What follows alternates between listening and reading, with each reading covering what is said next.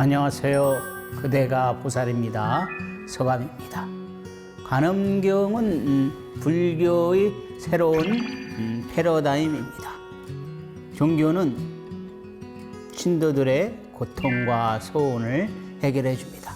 관음경은 모든 이들의 고통과 소원을 해결해 주지만 해결했다고 자만하지 않습니다. 무엇이든지 해결해 주고 싶은 그런 관심과 사랑이 담겨 있습니다. 그의 사정과 상황에 따라서 관세음보살은 모습을 바꿔가면서 해결해 주고 있습니다. 그리고 마음의 눈을 뜨게 합니다. 갑의 관점이 아니라 을의 관점에서 바라보고 생각하는 것입니다. 스스로 을이 되어서 모든 이들을 이끄는 것이에요. 을이 되어서 모든 이들을 이끄는 것. 이 법은 참 고묘합니다. 대성자모이지요. 관세음보살의 여자라는 오해를 받는 부분이에요. 부처의 씨가 따로 있나요? 중생의 씨가 따로 있나요? 근원은 모든 것이 평등합니다. 부처와 중생은 같아요. 마음이 그들의 씨이죠. 그러나 관세음보살의 씨는 따로 있습니다. 지극한 고통을 겪어야 합니다.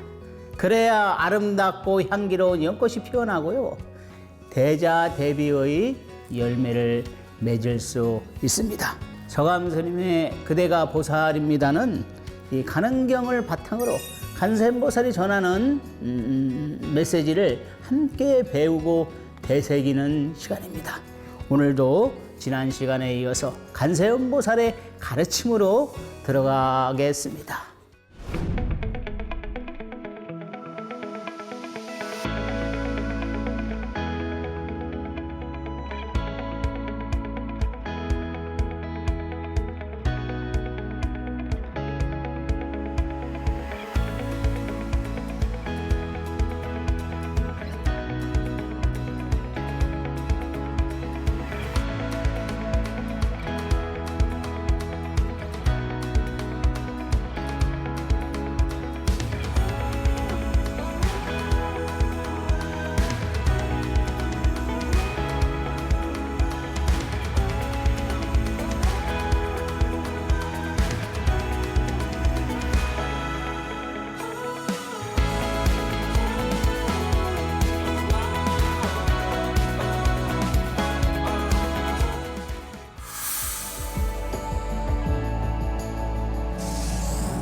오늘 16강의 주제는 중생이 원하는 모습입니다. 16강, 17강, 18강에서 이 세 강에 걸쳐서 중생이 원하는 모습으로를 함께 강해 보도록 하겠습니다. 관세음보살 수기경에는 이런 말씀이 있어요. 먼저 이 말씀을 한번 들어야 이 16강, 17강, 18강이 조금이나마 더 이해가 되실 수 있어요. 관세음보살 수기경에는 관세음보살은 공을 잘 통달해서 여한삼매를 얻었다고 합니다. 여한삼매는 같을 여자마, 도깨비 환자마, 여한삼매를 얻었다고 해요. 모든 것이 헛개비다, 이런 삼매죠. 그래서 당신의 모습을 관세음보살이 모습을 변화시켜서 그 모습에 사정과 자질에 따라 모습을 변화시켜서 중생들에게 깨달음을 얻게 한다고 합니다. 그렇습니다. 관세음보살은 자신의 모습을 변화시켜서 그에 알맞게 법문을 하고 설법을 해서 깨달음을 얻게 한다고 하였습니다. 이것이 뭐냐면 바로 이제 응화신이라 그러죠. 응화신. 그래서 관세음보살의 방편의 힘은 응화신입니다. 앞으로 이 관세음보살의 32 응화신이 전개될 것입니다. 관세음보살의 32응신은 참 어려운 부분이에요. 저도 이제 말씀드리기가 좀 어려운 부분도 있는데 한번 그래서 제가 이제 앞에 관세음보살이 얻은 여한삼매를 말씀드린 거예요. 이 여한삼매만 잘 알아도 이 32응신에 대해서 크게 어렵게 생각하지 않고 받아들일 수 있습니다. 불고 무진이 보살, 선남자, 야교 국토 중생, 응이 불신 득도자, 간센보살, 직현불신 이 설법이다. 부처님께서 간세 무진이 보살에게 말씀하셨습니다. 선남자여, 만약 어떤 국토의 중생이 부처의 몸으로 응화하여 제도할 자가 있으면 간센보살은 곧 부처의 몸으로 나타나서 그를 위해 법을 설하고, 부처님의 몸은 깨달음의 인연이 성숙하고 그 깨달음의 정도에 따라, 공부 수준의 정도에 따라 나타나신 몸입니다. 이 불신이라는 것은 이 간센보살의 32응신도 그 공부의 수준에 따라서, 그 수행의 수준에 따라서, 수행을 얼마만큼 해왔냐, 얼마만큼 체험에 따라서 나타나거든요. 이 불신은 부처님의 몸은 그 깨달음의 완성 또 수행에 따라서 나타나는 그런 차별된 모습을 나타십니다. 그 불교에서 웬 차별이냐 하겠는데요. 이 금강경에 이런 말씀이 있죠. 모든 현인과 성인은 무위법으로 차별을 둔다. 이 현인과 성인들도 크게 깨달은 분들도 이런 무위법으로 차별을 둔다 그랬어요. 그 무위법이라는 것이 뭐냐 하면은 깨달음, 공 이런 거거든요. 그런 법으로서 차별을 둔다. 다 똑같지가 않다. 부처 보살님들도 나 1지, 2지, 3지 뭐 이렇게 10지까지 있는 것이고, 다 그 상황에 따라서 몸을 놔두신다는 거예요. 간센보살이. 저에게 나타나시는 응하신 부처님께서는 막 고요한 정멸과 눈의 강명으로서 그 신법을 가르쳐 주셨습니다. 신법 하니까는 우리들이 잘 아는 거 있죠. 신법 하면 뭐냐? 신법은 뭐 많은 분들이 아시지만 어려워하는 게 있잖아요. 뭐냐? 내려놓아라. 이런 거에 대해서 참 많은 분들이 이 내려놓는 것은 뭐 뜻대로 안 된다, 뭐 그런 얘기도 하고, 뭐 스님들도 잘 내려놓지 못하신다, 뭐 이런 반감을 가지신 분들도 계시더라고요. 이 신법은 내려놓을 때 확실한 이제 깨달음이 오지요. 그 신선인 흑시범지가 오동나무 꽃을 신통력으로서 오동나무 꽃을, 좋은 오동나무 꽃을 뽑아가지고서 부처님께 공양을 올리려고 합니다. 그런데 부처님께서 대뜸 선인아 내려놓아라 하니까 이제 흑시범지가 왼손에 있는 오동나무 꽃을 내려놨어요. 통째로 뽑아온 그런 오동나무 꽃을 내려놨다.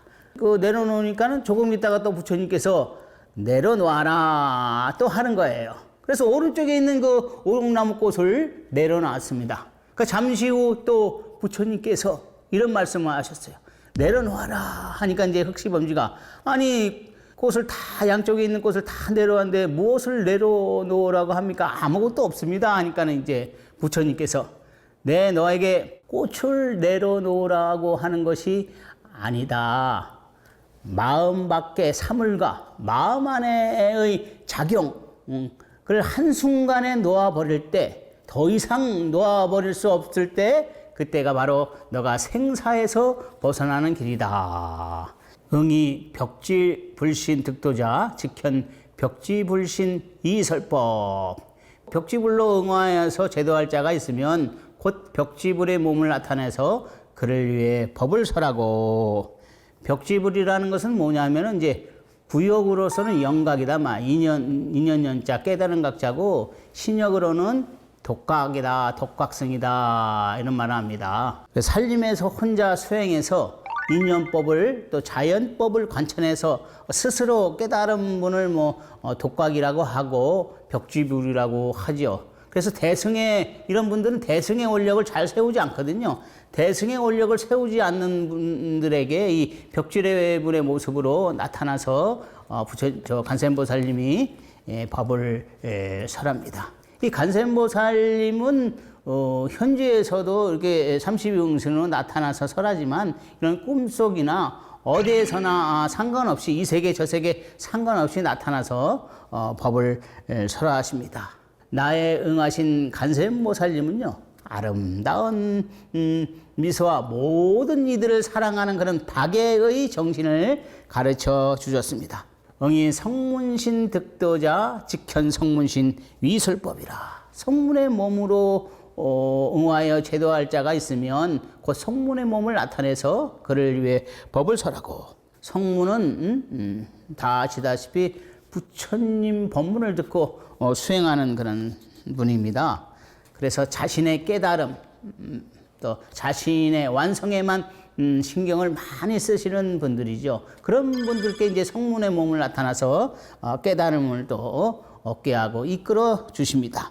나에게 나타나신 그런 응하신 지장보살님은 하심에서 청정하게 살아가라는 그런 가르침을 주셨어요. 응이 법왕신 득도자 직현 범왕신 이위설법이라. 범왕의 몸으로 응화해서 제도할 자가 있으면 곧 범왕의 몸을 나타내서 그를 위해 법을 설하고. 예, 범왕은 뭐냐면 이제 범천이라고 합니다. 범천. 부처님께서 이렇게 꽃을 들어보실 때 하늘에 범천이 말이요. 환히 힘이 나서 꽃공양을 올렸던 그 분이거든요. 그래서 이번은 색계의 범천왕인데 색계의 초선천을 다스리는 왕이에요. 그래서 이제 범천왕이라고 그러죠. 제석천과 함께 이 불법을 수호하는 그런 신입니다. 이 간세음보살의 32응신은 현실 세계에서도 모습을 나타지만 제가 아까 말씀드렸듯이 꿈속에서도 나타나서 그 가르침을 주고 법을 설할 때가 있어요. 제가 에세이 꽃피니 열매 맺네를 처음 책을 출간하고 나서 처음 출간을 하니까 이제 많은 부분에서 좀 어설펐죠. 그런데 이제 좀 반응이 좀 궁금했어요. 그래서 그런 생각이 뭐 깊었는지 몰라도 이제 간센보살 연부를 끝나고서 밤에 이제 꿈을 꾸는데 어떤 큰 몸집 뭐 산만해요. 산만해. 사실 크다고 하는데 산만한 큰 몸집의 사람이 막 저의 그 책을 이렇게 보면서 말은 하지 않고서 이렇게 넘기면서 그러더라고요. 그러면서 갑자기 입을 크게 벌리면서 하는데 그때만 혀에서 오돌도돌 그 막 돌기 있잖아요. 탁탁 태어난 그 돌기가 혀에서 탁 나오면서 그 안에서 그 형광판 색깔 그 있잖아요. 그 빛 그 색깔의 빛이 쫙 나오는 거예요. 그래서 이제 그것을 보고 나서 제가 뭐라고 했냐면은 나도 연구를 하면 이렇게 될 수 있다. 딱 이런 말을 하더라고요. 그 상황을 보고서. 근데 사실 실제로 연구를 하면 입에서 광명이 나와요. 또 하늘도 찬탄을 하고 입에서 막 열심히 칭명하다 보면 뭐 꽃향기 이런 과일 향기 좋은 향기들이 이 향기들이 좋은 향기들이 이렇게 쫙 입에서 펼쳐져 나갈 때가 있고 입안에 꽉 찰 경우가 있어요. 그런 것을 체험하게 될 때는 참 환희로워요. 부처님 말씀이 참 틀린 게 하나도 없구나. 꽃향기, 과일 향기가 입안에 가득할 때는 참 심심이 납니다. 환희심이 나서 참 흥얼흥얼 거릴 때도 있고. 그래서 이 마음 수행이라는 것은, 연불 수행이라는 것은, 간센보살 칭명 수행이라는 것은 이렇게 좋은 거예요. 응이 제석신 득도자 직현 제석신 이설법이다. 제석의 몸으로 응하여 제도할 자가 있으면 곧 제석의 몸을 나타내어서 그를 위해 법을 설하고. 제석은 잘 알죠? 우리가 제석천이라 많이 들어봤을 겁니다. 이 제석은 인드라 신이에요. 이 베다 신화에 나오는 가장 유력한 신이죠. 후에 불교에 들어와 가지고서 이 범천과 불교를 수호하는 신이라 여겼습니다. 왜 제석이라 하냐면은 그 속어로는 샤카예요. 샤카. 부처님의 종족 이름이 샤카무니죠. 샤카무니. 이 샤카예요. 샤카. 샤카로 음역이 돼서 석자고, 또 이 제석이 모든 신들의 왕이기 때문에 임금 제자를 써가지고서 제석이라고 하는 것입니다. 이 불교에서는 그 도리천, 도리천의 주인이에요. 도리천의 주인으로서 수미산 꼭대기의 희견성에서 산다고 합니다. 이 사천왕, 불교를 지키는 사천왕을 통솔한다고 합니다. 응이 자재천신 득도자 즉현 자재천신 이설법이다. 자재천의 몸으로 응하여 제도할 자가 있으면 곧 자재천의 몸을 나타내서 그를 위해 법을 설하고, 자재천은 원래 인도 바라문교의 세계 창조신이에요. 세계 창조신이다. 이 간음경의 세계는 이 인도 바라문교에 있는 분들을 초청을 합니다. 그래서 크게 웅장하게 아름답게 그렇게 응아신을 나타나는데, 제가 한때 이런 생각을 한 적이 있어요. 요즘에는 문화 포교가 아주 중요하잖아. 문화, 또 한국의 문화가 이 세계에 널리 알려져 있어 가지고서 큰 또 수입원이 되기도 하고요. 그래서 한국에서도 큰 불교적인 영화 이런 것을 하나 만들면 좋습니다. 제가 뭐 그렇게 생각을 해가지고서 군야라고 하는 그 소설도 썼지만은 참 그거는 참 어설프고, 이런 32응신의 소재로 블랙포스터 큰 제작비를 들여가지고서 이 32응신을 소재로 세계를 구하고 나라를 구하고 인류의 평화, 행복, 사랑을 이야기하면 참 좋을 거라고 하는 그런 생각을 한 적이 있어요. 이 32응신, 그 손오공 하나만으로도, 손오공 하나만으로도 요괴들이 많이 나와서 그것이 참 큰 이슈가 된 적도 있지만은, 이 32응신을 소재로 불교 영화를 아주 크게 한번 만든다면 참 좋은 소식이 있을 것 같습니다. 자재천은 그 마해수라 천왕이라고 하죠. 세계 창조신, 삼목팔비라 세 개의 눈과 8개의 팔을 갖고 있고 백불, 흰 털의 총체를 가지고서 흰소를 타고 다닌다고 합니다.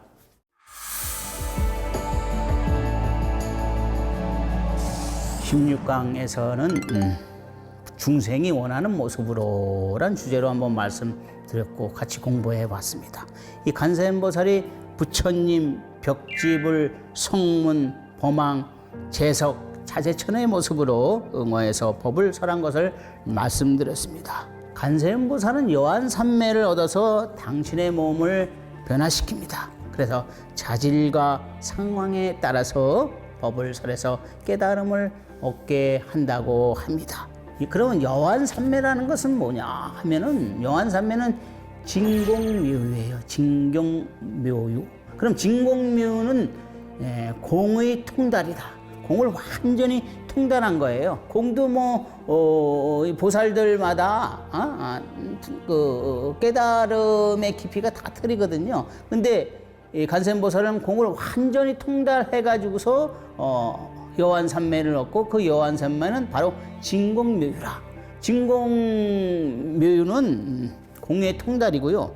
공은 진공과 묘유로 나눌 수 있습니다. 이 공을 진공과 묘유로 나누는 분이 있을지 없을지 모르지만 제가 공부한 분상에서 그냥 말씀드리는 거예요. 진공이라는 것은 뭐냐? 텅 비어있고 지극히 고요함인 것이고, 묘유라는 것은 묘한 현상이 있는 거예요. 그래서 진공과 묘유를 합치면 텅 비어있고 그 안에 묘한 현상이 있는 것이 진공묘유거든요. 그것이 이제 현대적으로 얘기하면 진공 에너지, 암흑물질이다. 즉 불교적으로 말하면 이것이 바로 법계인 것이고 우주의 원천입니다. 불교적으로 한번 더 말씀드리면 법성원룡 무이상이라. 진공묘유가 법성원룡 무이상의 법의 성품은 원융하다. 둥글고 말이야 융합되어 있다. 하나가 아니라 여러 것이 융합되어 있지만, 둥글게 융합되어 있지만은 무이상, 두 가지 모습이 아니라는 것이에요. 한 모습이라는 거예요. 이것이 뭐냐면 일심이다.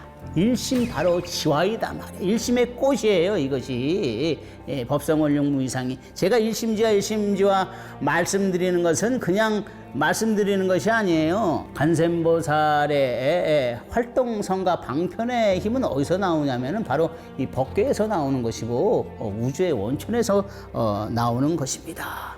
서감스님의 그대가 보살입니다를 통해서 이 소중한 인연 속에서 내 안에 관세음보살을 만나고 스스로 관세음 마음으로 살아가면서 이 세상에서 자비의 빛을 전하시기를 바랍니다.